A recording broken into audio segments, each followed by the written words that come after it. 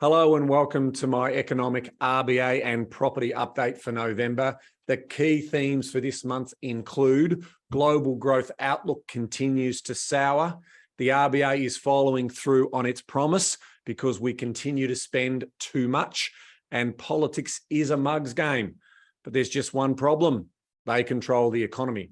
Okay, so let's get started this month. And I wanted to start differently than my usual approach when I kick off with the US data.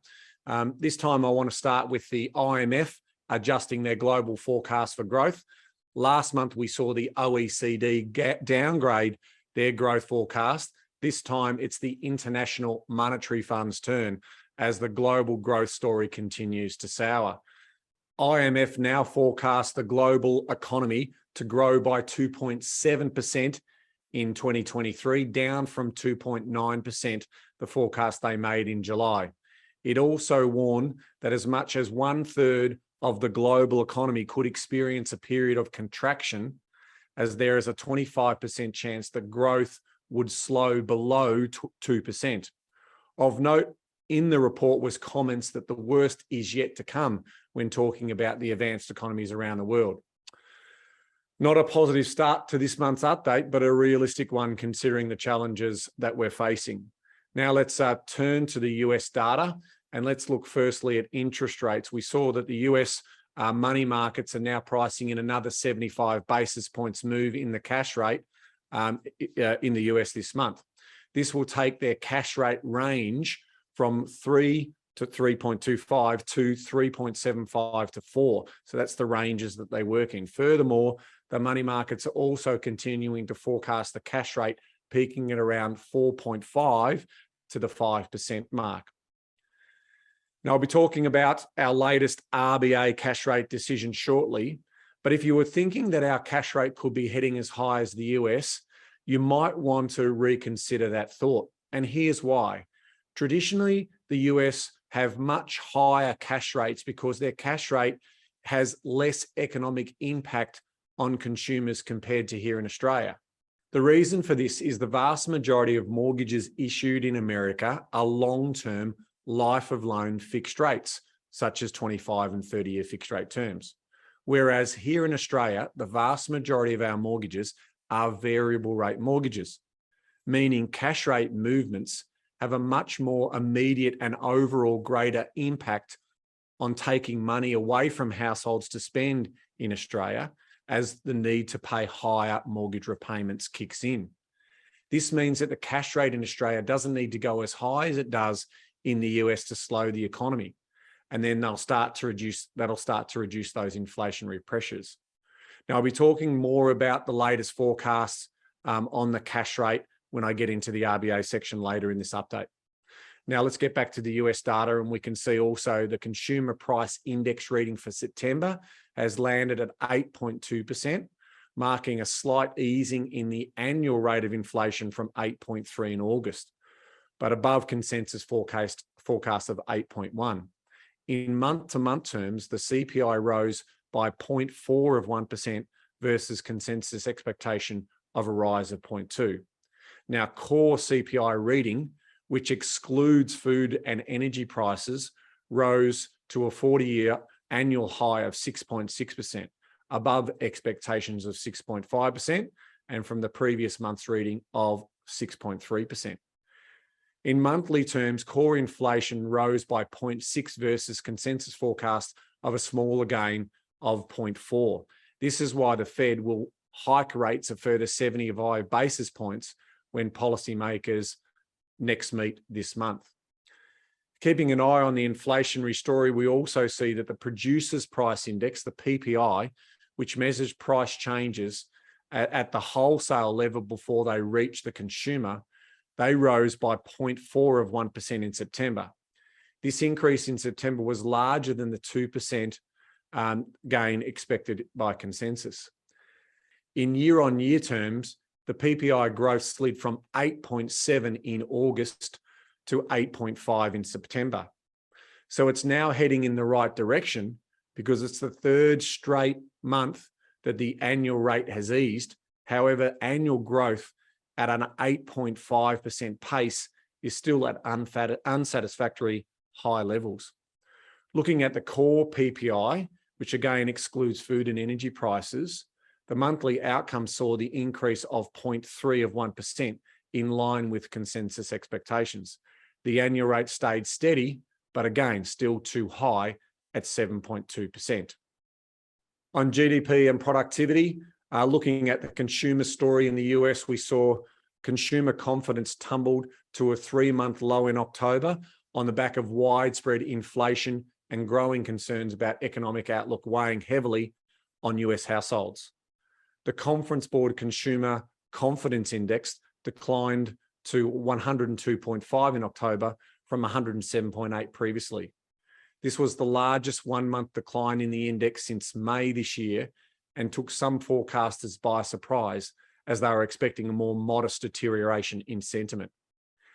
In terms of retail sales data, we saw retail sales were unexpectedly flat in September after an upwardly revised 0.4 rise in August, which was up from 0.3 in the first reading. Retail sales increased 8.2% on a year-on-year basis. The question still remains, as they move into November and the Thanksgiving holiday season, will the US consumer respond to, the online Black Friday, Cyber Monday sales that are coming up? Time will tell us that story. In terms of consumer sentiment, we saw the University of Michigan's consumer sentiment improve further in October. The preliminary measure rose 1.2 points to a reading of 59.8 in September, beating consensus expectations result of a 58.8. On the business front, we saw that the Richmond Fed Manufacturing Activity Index fell to its lowest levels in more than 2 years in October, adding mixed signals that business activity is beginning to turn. The activity index slumped by -10 in October from a reading of 0 in September. The PMI manufacturing activity also moved into contractory territory in October for the first time since June of 2020. And the S&P manufacturing PMI declined to 49.9. This follows a 52.0 outcome in September and was below consensus expectations of a 51-point reading, again showing contractory territory. The services activity also weakened in October and remain in contractory territory for the 4th consecutive month. The S&P PMI declined to 46.6 in October from 49.3 in September, below consensus expectations of 49.5. This is further evidence on the business front that the downturn is gathering momentum and aggressive monetary policy tightening is starting to slow economic activity in the US. On the employment front, we saw initial job claims for the week of October 8 came in at 222,000, up from 9,000 from the previous period. Economists had anticipated that the figure would rise to 225,000. This marks the second straight week of gains in unemployment claims, and it's the highest mark since early September, again indicating that their manufactured slowdown is starting to show up in their unemployment data. I suspect that there will be a further slowing of the economy. We'll see the unemployment rate move higher from the record low levels that we're currently seeing it at 3.5% in September. The jobs ad data is also showing further weakness in the US economy, with a decline of over 1 million job vacancies coming off the books over recent times. Still healthy available jobs, but certainly coming off the peak of 11 million that we saw recently, down to under 10 million now. Let's turn our attention now to the People's Republic of China. And the biggest news out of China this past month came with the Chinese Communist Party's performing a fait accompli by re-electing their current president, Xi Jinping, at their recent National Party conference, effectively clearing the way for him to lead the party indefinitely.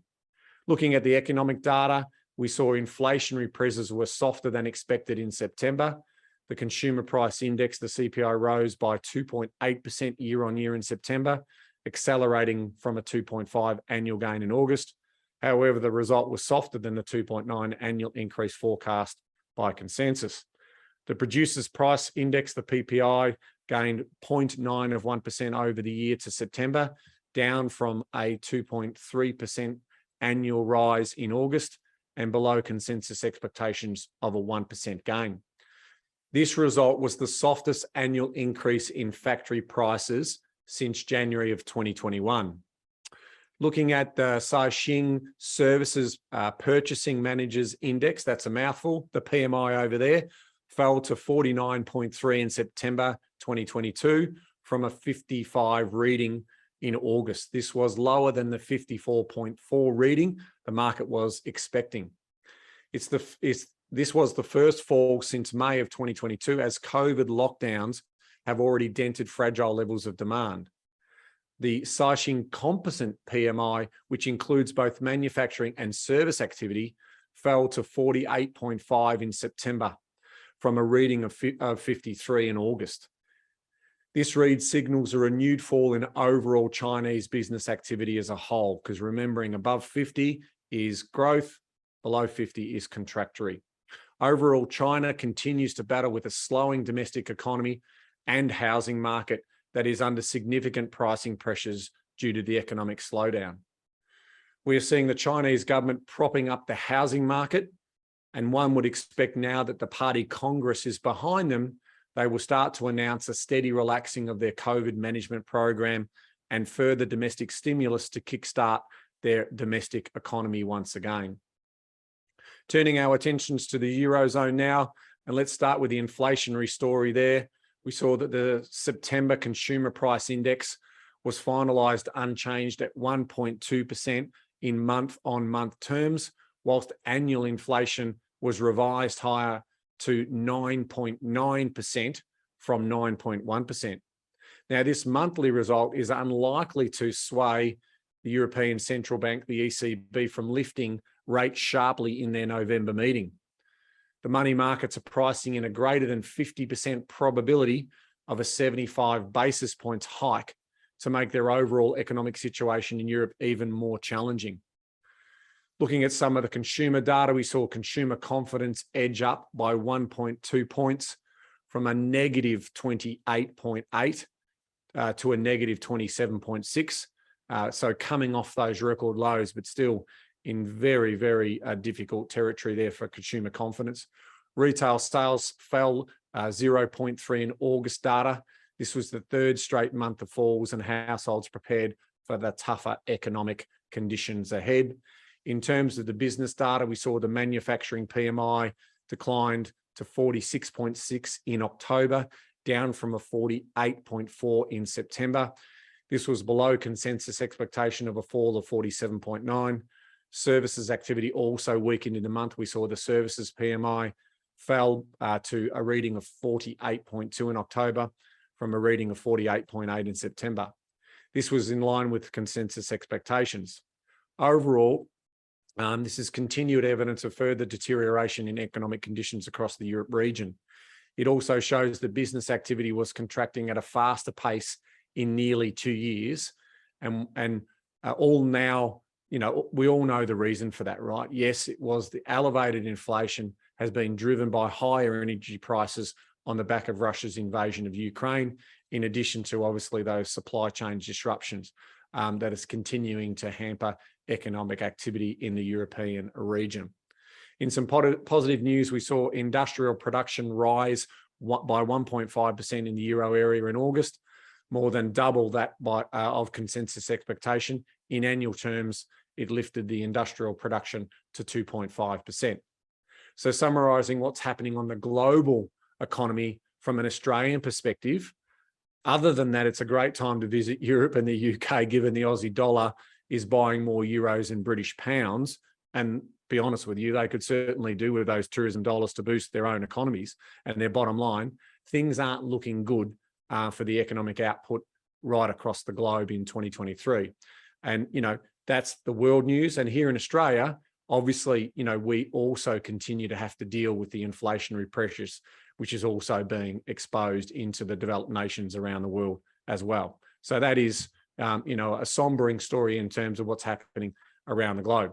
Now let's turn our attentions back home here into Australia, starting with today's RBA decision. So the RBA board met today, and as they've been doing since May of this year, they lifted the cash rate once again.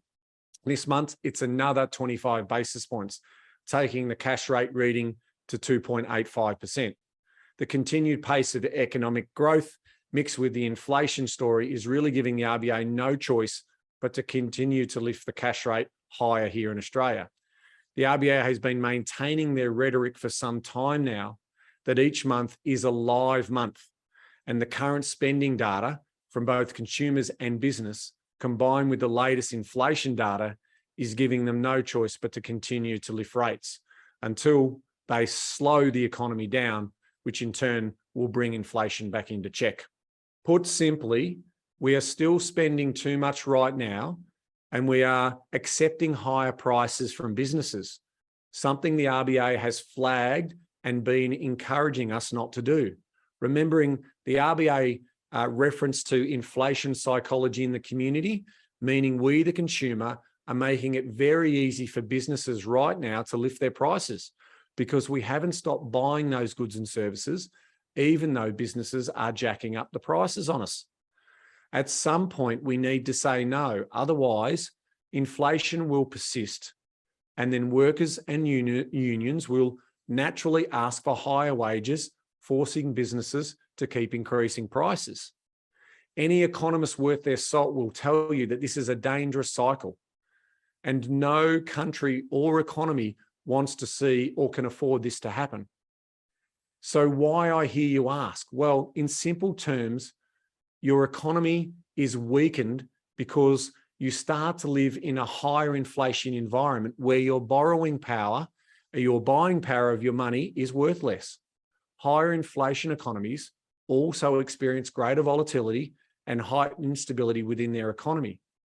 Recessions in a higher inflation economy are deeper, more impactful, and take longer to climb out of. And the opposite is also true about low inflation economies.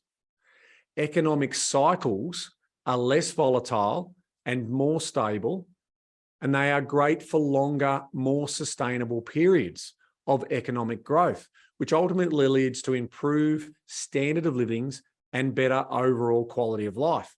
Put simply, the money you earn buys you more things. Now, coming back to the present day situation, the RBA is trying to engineer a soft landing, but as each month goes past, this could become harder if households continue to tap their savings reserves and live like normal or nothing is wrong. The RBA will have little choice but to go harder on interest rates until we slow up and the economy overall also slows down. Now, with this new data, we've seen the big four banks adjust their cash rate forecasts. And again, we see a bit of a mixed bag here. The CBA remain the outlier with their forecast peak cash rate of 3.1%, whilst NAB has their forecast at 3.6%, and ANZ and Westpac now have their cash rate forecast at 3.85%. So you can see some significant movements because the economy is moving so strongly because of obviously all of this spending. Okay, it's a good segue into the CPI data, which picks up on that earlier point as to why the RBA are moving rates right now. The headline inflation continued to accelerate rapidly in September quarter, surging to 7.3%, its highest annual pace in over 32 years. Core or trimmed mean inflation also accelerated to a reading of 1.8 for the September quarter, to a fresh cycle high of 6.1%. The quarterly pace has now been above 1% for 4 consecutive quarters. What would be concerning the RBA is the numbers within this data, as over 85% of all the categories and subcategories of spending are now moving at an annual pace greater than 2.5%. The last time more than 85% of categories and subcategories grew at an annual pace of over 2.5% was in 1990. And remember where those interest rates are there. Now, why is 2.5% an important or good measure that we want to track against? Well, that's because it's the midpoint of the RBA's targeted price range, or a cash rate range of 2 to 3%. The bad news here is that inflation rates still haven't peaked. That peak is forecast to occur in the next quarter's CPI reading. And some economists are thinking that we could see a peak with an 8 in front of it instead of 7. Now, a lot of negative news there. So were there any positive news? Was there any signs that inflation is starting to peak? Well, I'm glad you asked, because yes, there are some positive news, especially on a couple of fronts. So we did see, firstly, just looking at the September data in isolation, as opposed to the quarterly data, we did see that the rate of inflation is starting to slow. And so let's hope this trend continues when we have a look at the monthly November CPI data. As again, I mentioned a couple of months ago, we're moving now to monthly CPI readings instead of quarterly CPI readings. Secondly, we appear to be on the other side of the supply chain driven inflation story. So as global supply chain disruptions and energy input costs have come off their peaks around the world, that is not putting any further supply chain pressure on the inflation story going forward in the short term. So in closing out the RBA and the CPI section of this current update, my following message is a really simple one. We all need to stop or significantly reduce our discretionary spending activity for the next 3 to 6 months. And we need to keep that money for a rainy day, for when prices come back down, to buy and get better value for money for your goods and services.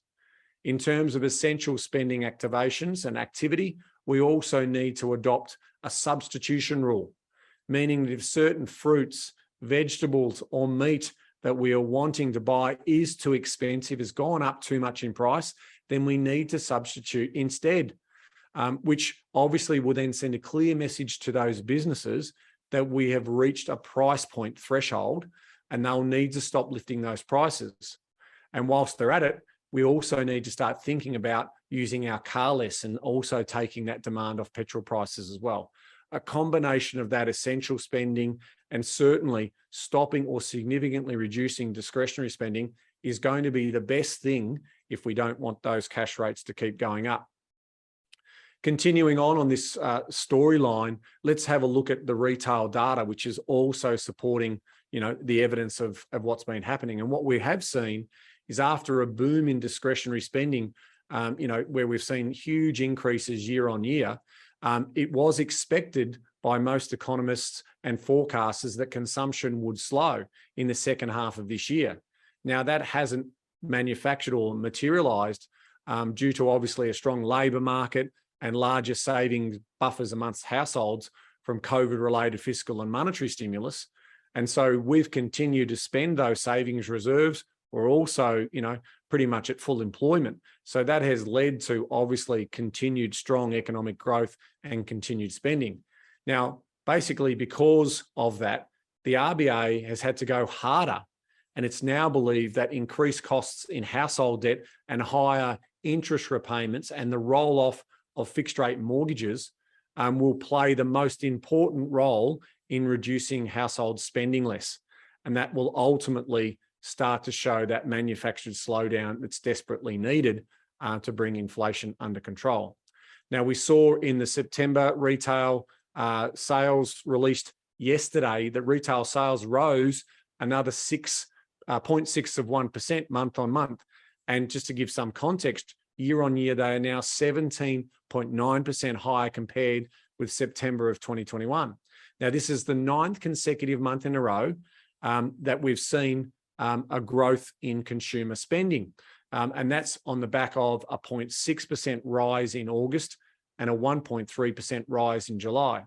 Now, that it didn't increase from 0.6, but still 0.6 on 0.6 on 1.3 is telling you a story, and 9 consecutive rises is telling the story that we are spending, and we are spending like we've never spent before. Now, the rise was driven by combined strength in what we call the food industries. Now, that's food retailing, which rose by 1%, cafes, restaurants, and also takeaway food rose by 1.3%. So here I am sort of preaching to the converted here, I'm hoping. And what does this mean in terms of where we should be stopping our spending? Well, maybe it should be in going out and eating or in food takeaways. If we stop that, we're obviously going to put less pressure on the RBA in terms of having to lift those rates higher.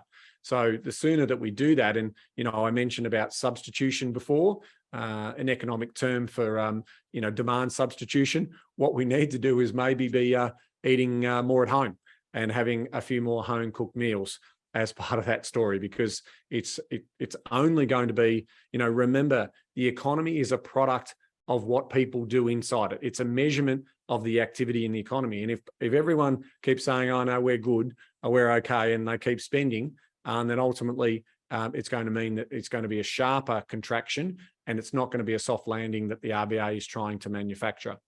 Let's look at the unemployment data now, and we saw the unemployment rate remained at 3.5% in September. The number of persons employed increased by only 900 in the month, showing just how hard it is right now to increase those numbers as we remain around full employment, with our sort of record lows around that sort of 50-year mark.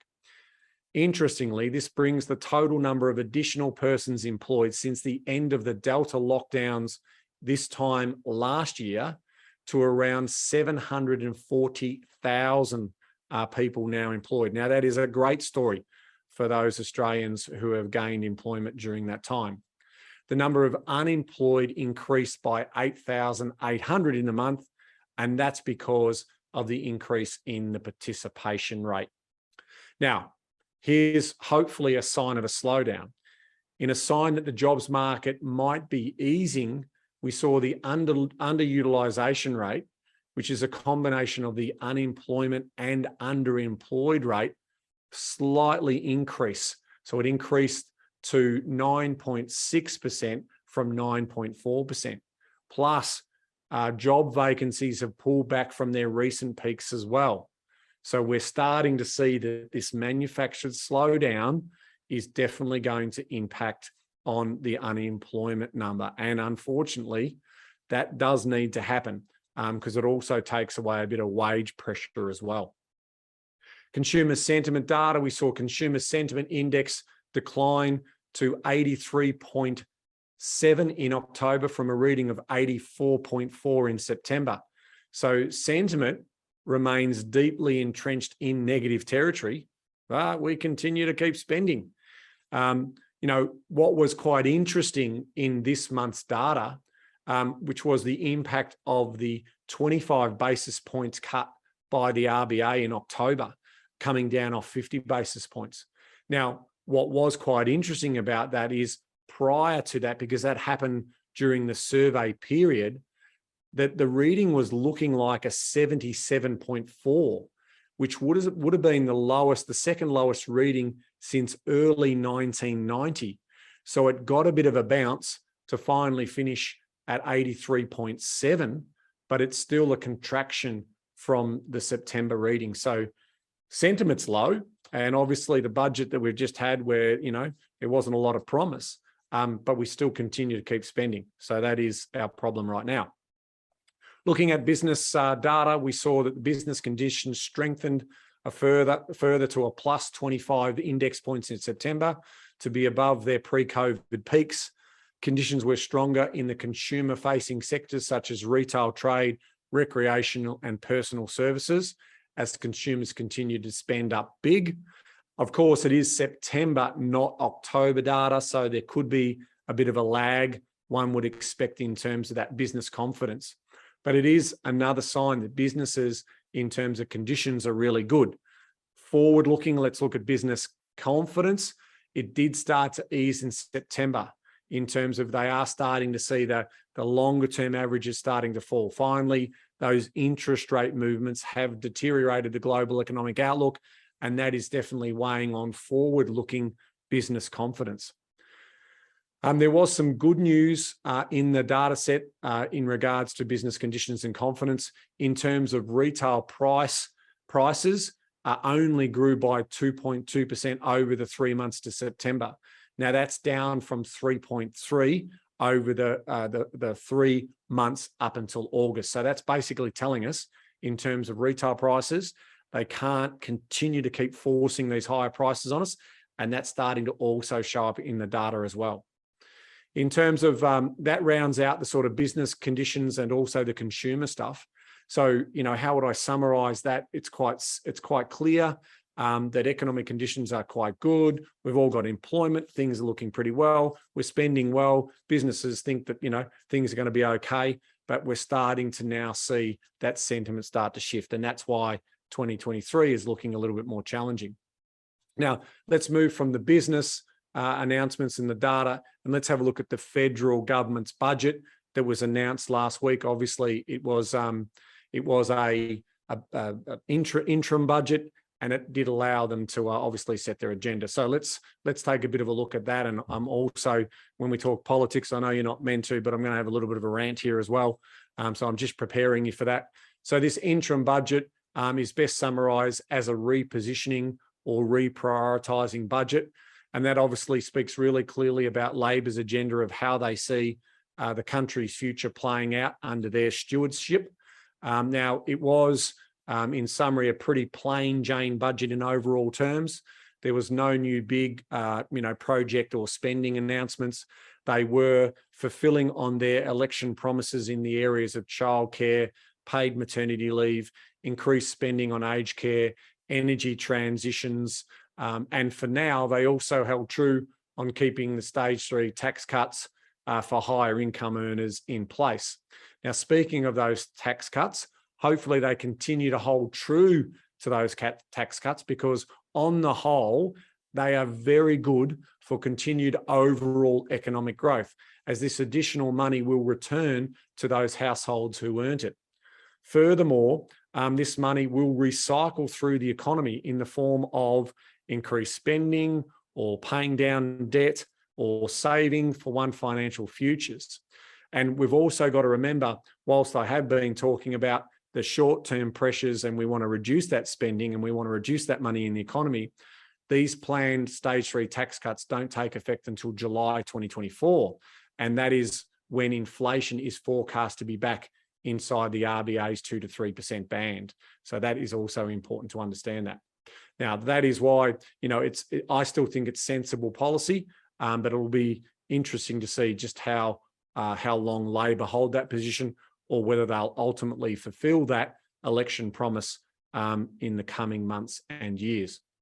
Moving on, the government has removed $28.5 billion of spending through either capping or deferring or cancelling some projects they were spending. They started to juggle that money around to find some additional money for their own priorities and projects, as they rightly should. They were the elected government. Here comes a little bit of a rant. Sadly, it did include a couple of $1 billion for Melbourne's ridiculous rail loop project. Now, this is a project for those people outside of Melbourne. It's a project we as Victorians don't want. It's a project that we didn't ask for, and it's a project that doesn't stack up commercially or economically. So it's another example of Daniel Andrews' captain's calls, where he ends up spending, tens of billions of dollars and costing us tens of billions of dollars to build and maintain. And obviously it will mean that future generations of Victorians will have to pay higher taxes into the future to pay for his captain's call or vision of Melbourne, which none of us want. So ultimately, from that point of view, that's obviously rant number one. Back to the federal, the federal story again. The government does face significant voter backlash when it comes to higher power prices, with predictions increased, pricing predictions increasing 50% over the next couple of years. Now, I do suspect federal Labor will provide some type of relief. They'll have to for both households and businesses, as these types of increases for some households and businesses will take them right to the financial edge. And, the frustrating bit about this, and again, rant number two maybe, is that considering, we've got these higher energy prices because of the incompetencies of our politicians on both sides of Parliament and how they stuffed up the whole energy system over the past 20 years. I won't get right into that now, but you understand my frustration there, that we are paying higher prices because, unfortunately, of the economic and the politics that go around that. From the property point of view and housing standpoint, we did see the government announce a project to build 1 million new houses over the next 5 years, starting in 2024, which is about the same sort of run rate as we have been seeing over the past 5 years anyway. So not sure it's a big announcement, but there is definitely a slowdown in building. So by 2024, we probably do need to get towards those million houses built to obviously start to increase the supply side.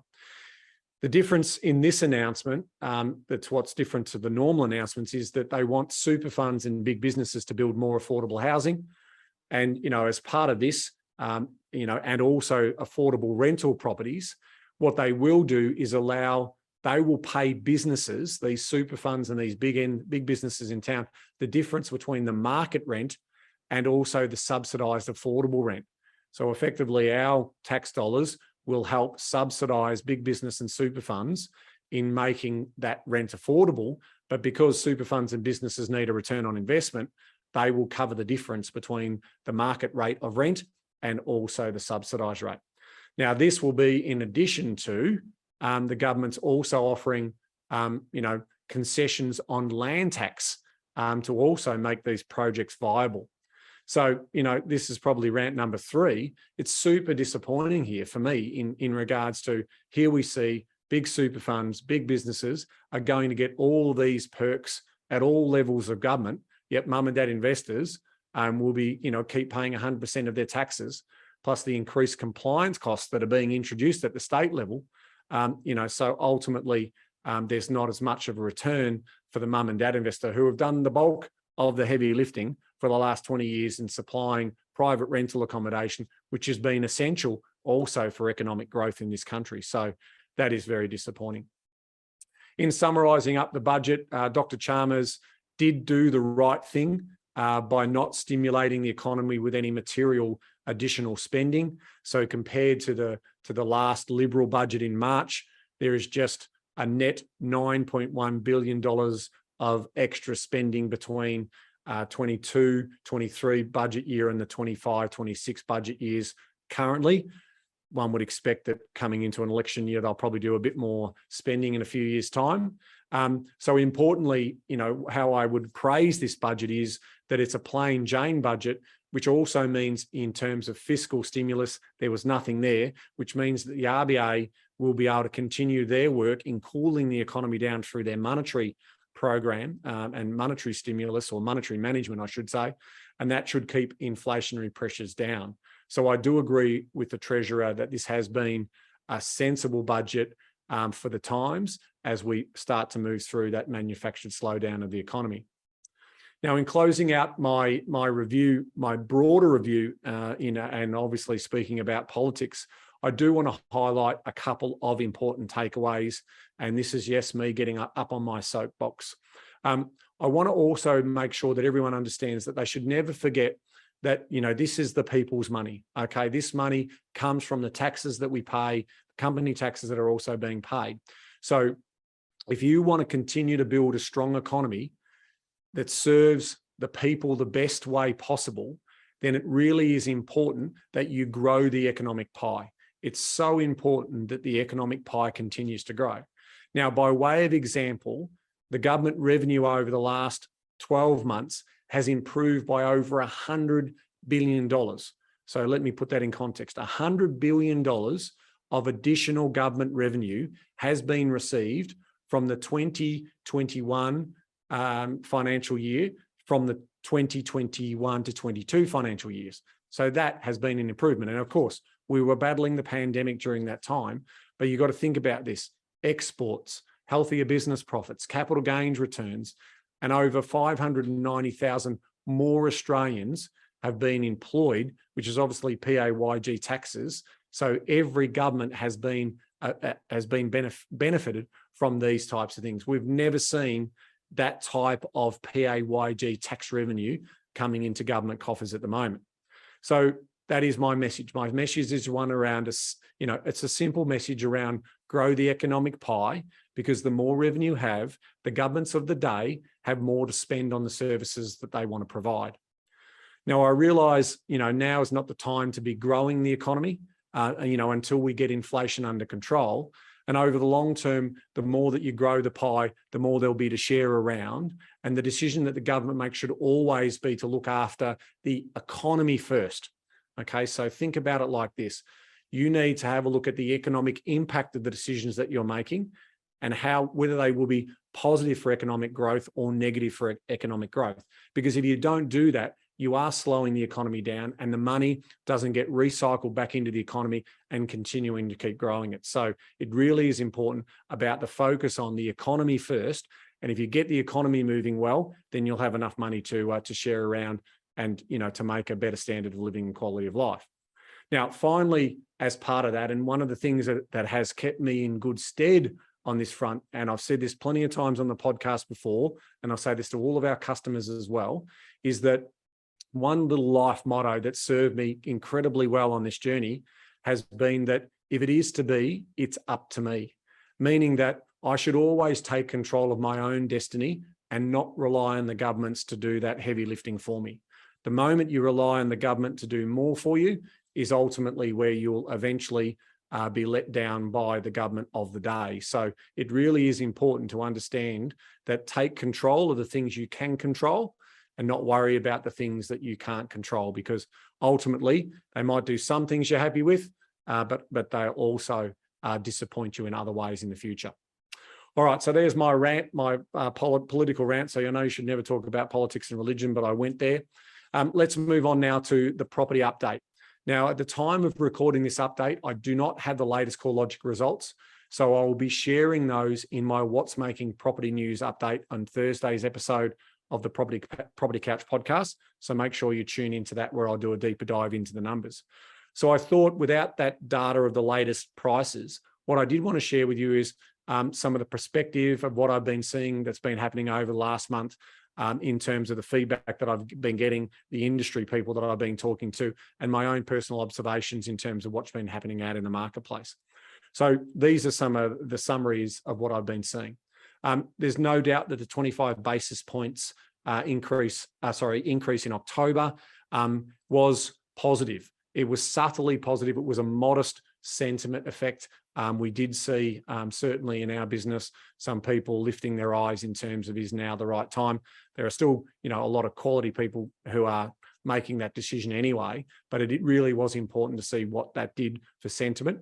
In terms of the biggest challenge that we've currently got is lending. So lending remains the number one challenge for those who are looking to, to the great buying opportunities that are currently out there as part of their long-term strategy. So the more that the cash rate keeps going up, the greater, or the reduction in borrowing power persists. And that is obviously, tapping some of those people out who may want to take advantage of those opportunities. Those stock levels are down. We are definitely seeing with lower stock levels. The other takeaway there is the quality of investment grade stock still remains challenged. That's currently available. So it's obviously still difficult. Now, when there are good investment grade assets that are coming up, interestingly, in feedback from our buyers agency team, is there's still competition on those good assets. So you're still competing to secure those properties under competition for those better assets. In terms of building on this story, we have seen also around markets within markets, that we did some research recently in our SRP business, Select Residential Property business, and we were able to demonstrate clearly that over the long term, there are always markets within markets. Now, I've been saying this for a long time. Bryce and I have been talking about this on the podcast for a long time. So it's really important to understand that you shouldn't be looking at the Australian market as a whole market. There was always those opportunities. And what that research demonstrated was that, while some markets are going down, other markets could be increasing. And we are definitely seeing evidence of that in terms of high demand in certain pockets of markets around Australia. And there is evidence of price growth in those particular markets as well. So the message there is, don't get caught up in the noise and continue to keep playing the long game. Turning our attentions now to rents. They will continue to increase now and obviously into 2023. And that's a combination, and we predicted this at the start of the year, but it's also a combination now of record low vacancy rates combined with, higher demand through immigration. And we're also seeing those higher holding costs for private renters and investors, I should say. So they are seeking to increase the asking rents. And so we're seeing double-digit growth in asking rents. It is worth noting, however, that if you look historically over the last decade and even beyond that, rents are really sort of just playing catch up to where they need to be. And as I mentioned in a recent podcast, there is also that uniformity that we do see, that when interest rates are increasing, we also see that that the cost of holding those properties will go up, and we'll start to see those property yields start to increase in line with those higher interest rates as that sort of finds its equilibrium balance there as well. So there are a couple of key takeaways for this month's update. We'll do obviously more as we close out the year with the December update next month. So a reminder that I'll be sharing the CoreLogic numbers in this week's episode of the Property Couch, so you can check that out there. And that rounds out the sort of property story, which brings us to the conclusion of the end of my November economic RBA and property update. And how would I best summarize this in terms of general economic headwinds? They are coming. They are unfortunately unavoidable as we tackle inflation and we manufacture this economic slowdown so we can do so. We weren't the root cause. This is the frustrating bit. We understand the root cause of the inflation cycle started with Russia's invasion of Ukraine, and also, those supply shocks that we saw in the system, COVID lockdowns in China. So again, unfortunately, we're not in control of that, but we are in control of the demand-led inflation, and that's being obviously propped up by our continued want to spend. So we obviously need to slow that down as well. So the message here is, please start to think about tightening those household budgets where you need to. It's really important to do that, certainly from a discretionary point of view, and where you can tighten up some of that essential spending is also going to be important for you. So there will be some in the community that will be the core message to. There is others in the community where the core message is really simple for them, right? They could be well employed. Their financial position could be a very healthy one, strong equity, also strong income surplus in their household as well. Now, I'll say it now, I'll be judged on this in 5 to 10 years' time from now, but this is a fabulous time for those people to take opportunity in a challenge market, when you do have less competition in terms of being able to build out long-term wealth. So for those people, the message is always consistent, and that is obviously act when you can act, which also brings me back to my original motto that I mentioned earlier in my political rant, and that was around if it is to be, it's up to me. So it's really important that you take control of your story, and that is around acting. If you need to be more conservative, that's fine, but for others, it also could mean that they take advantage of the opportunities in the marketplace. So I certainly did, settling on another property in August of this year. So that sort of gives you some example of my views of the market personally. I can't speak for everyone in their own personal circumstances, but I can only, again, practice what I preach in acting when I do. So that's the big message here. Some of you, it is going to be about stopping and slowing down that spending to ensure that you play your role in keeping interest rates lower and slowing inflation. Others, it's not about discretionary spending for them or even essential spending, but all of that surplus, if you put that into income producing or assets that accumulate over time, your future self will thank you very much for that as well. So until next month, just remember that knowledge is empowering, but only if you act on it. And we'll speak to you next month. Bye for now.